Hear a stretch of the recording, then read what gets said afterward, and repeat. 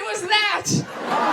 I came up from the floor like I'm a fucking Jonas brother. I know that was silly, and it was my idea.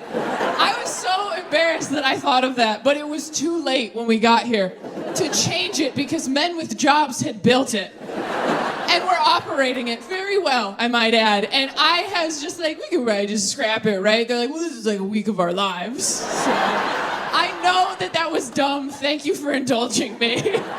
How we doing, DC? Thank you so much for coming.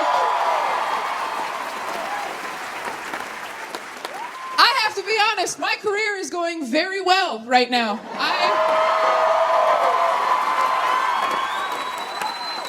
This is the last night of the biggest tour I've ever done. I am filming my third Netflix special tonight, and recently someone was using my name and photos on a dating app.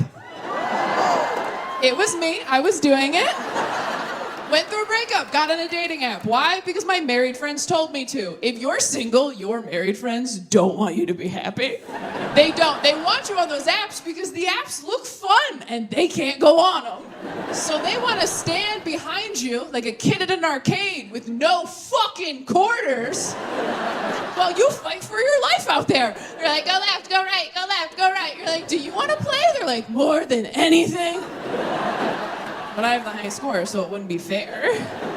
Your married friends don't want more married friends. Nobody wants more married friends. I'm sorry if you're married, and I know you're up front because two-income household. Nobody wants more married friends, okay? Because your life updates are boring. I'm happy you're settled. Good for you. You know who has fun life updates? Your single friends, because we're out there in the trenches making mistakes named Trevor, usually. Have you asked your married friends what they did over the weekend? You're like, what'd you guys do this weekend? They're like, I know, just woke up next to my soulmate again. Then you ask your single friend, you're like, what'd you do this weekend? They're like, I woke up in a shallow grave. You're like, why are you proud of that? Did you have sex in a grave? They're like, why'd you think we dug the grave? Do you guys have that one single friend who thinks she's really hot and fun, but she's actually just in constant danger all the time? That one girl, every time she tells you a dating story, you're like, oh my God, okay. No, we're not judging, but maybe just share your location with us indefinitely. I have one friend like that. Every week she tells me the scariest stories I've ever heard in my life. Just like, I had the hottest date Friday, Taylor. I'm making out with this guy at a bar, so sexy. Takes my hand, he's like, let me show you something. Pulls me back through the kitchen, into the back alley, pulls out his huge gun. Points it right at my face, like, give me your phone, your keys, and your wallet. I'm like, okay, kinky, I'll try anything once, right? He hits me in the head. I wake up 30 minutes later, alone in a puddle. I have to hitchhike home. Oh my God, I am such a Samantha. I'm like, okay, we think you got mugged, babe. We think... She's like, mugged? Oh my God, you're such a prude, Taylor. He's gonna call me. He has my phone. Seriously, you'll meet him. He took my breath away. We're like, no, he knocked the wind out of you. Your friends always say the dumbest shit when you go through a breakup, trying to be helpful, right? Like, well, why don't you just date yourself? Because you told me not to settle. What the fuck? I can do better than me. Why can't you just be single for a year? Why can't you go for a walk without headphones? Because you'll think about death the whole time. Exactly. But this last breakup was different for me because this was the first breakup I had gone through since I got on Netflix. And before I was on Netflix, every time I went through a breakup, my friends were very supportive. Like, we're so sorry, we're here for you, it'll get better. Then I got on Netflix and I went through a breakup, and all my friends were like, well. I mean, you have your dream job. So, yeah, all my friends looked at my sad face and went, you can't have it all, bitch. All of them. And I was so offended. And then I thought about it for a minute and I was like, you know what? I don't want anybody to have it all either. None of us do. It's why they keep putting out Marilyn Monroe documentaries where they're like, she's actually pretty sad. And we're like, yeah, she fucking was. Nobody wants anybody to have it all. If someone has their soulmate, you don't want them to have their dream job too. If someone has their dream job, they don't get to be in love on top of that. If someone has their dream job and their soulmate, bare minimum, their parents better be divorced.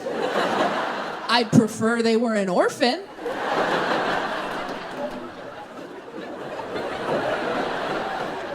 Nobody wants anybody to have it all. When I was a kid, I didn't think you could have it all. When I was a kid, I thought you either got to be hot or have a good personality. I thought that's how people were divided. I thought life was fair. And that got me through a lot of ugly years as a child where I'm like, it's okay that I'm not more symmetrical because I have this great, awesome personality that will surely reveal itself any day now. It's coming with my period and my Hogwarts letter. I can feel it. And that got me all the way to 6th grade when I met my friend Krista, and she was pretty and funny and smart and nice. And that's when I stopped believing in God.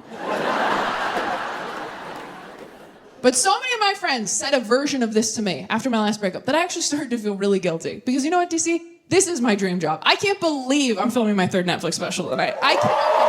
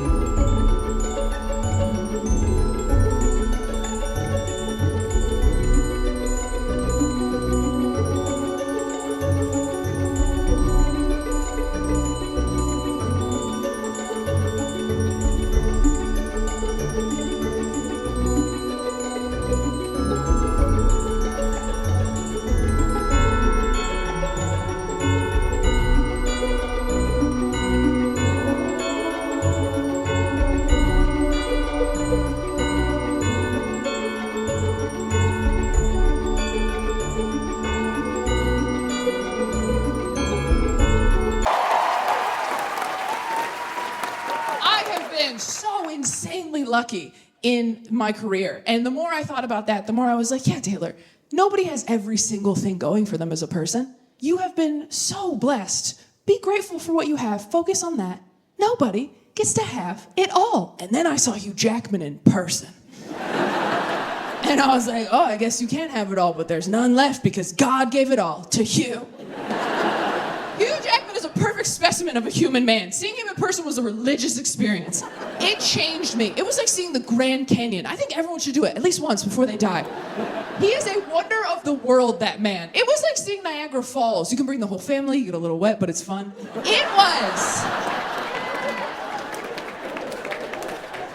Here's what happened. So about a year and a half ago, we were in New York City doing shows on tour, and we had an off night in between theater shows. So me and my buddy Dustin and his wife Melissa and a few of our other friends who are also happy went to go see The Music Man on Broadway, which was starring Hugh Jackman. Was it a good show? I don't know, but Hugh Jackman was there the whole time. They should have called the show, "We Got Hugh Jackman in a Room. Who Wants to See Him?" The show was great. At the end of the show, they're doing curtain calls. All the actors are taking their bows. One of the actors steps forward and goes, "You've come on a very special week, because tonight we're raising money for an amazing charity called Broadway Cares. And tonight, Hugh is going to sign the pair of gloves he wore in the show. And we're going to auction them off to the highest bidder." And I looked at my friends and I was like, I mean, I have money.